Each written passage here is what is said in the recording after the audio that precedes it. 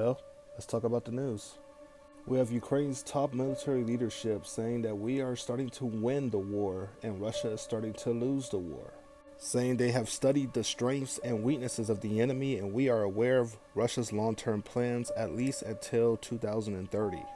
I don't know if this is a way to get more equipment and help from NATO, which today a lot of NATO members did offer help, but it does seem like Ukraine is still losing the war. But that could definitely change at any point in time, especially if NATO jumps into the war. The president of Lithuania also said he's going to hand over short range air defense systems to Ukraine. This will be part of a military aid package to Ukraine.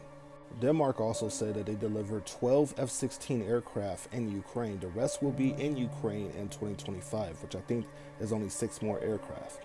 The NATO general also reaffirmed NATO's support for Ukraine on the third anniversary of the war. Yes, today is the third anniversary of the war with Russia. And it does seem like whether Ukraine go with the peace talks or not, Europe's going to have their back. Finland is saying that Russia won't determine EU or NATO membership. It will be the whole alliance that determines that. But I wonder if that also means Trump too, since he's in talks with Russia and he says there's no NATO membership for Ukraine. There has been 7 military clashes recorded in the Kursk region as the fighting over there is intensifying. Justin Trudeau has now said that sending Canadian troops is on the table for a peace agreement for Ukraine.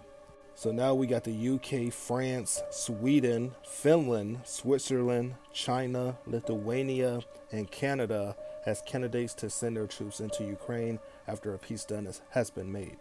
This will be to make sure that Russia or Ukraine don't attack each other after it's done if they come up with a deal. Russian military experts are now warning that Moscow must be prepared for a war with NATO, and NATO has been warning the same thing about Russia, that they need to get ready for a war with Russia in the next couple of years, and that it can happen anytime between then and now. Anyways, that's the latest. Got a live coming next.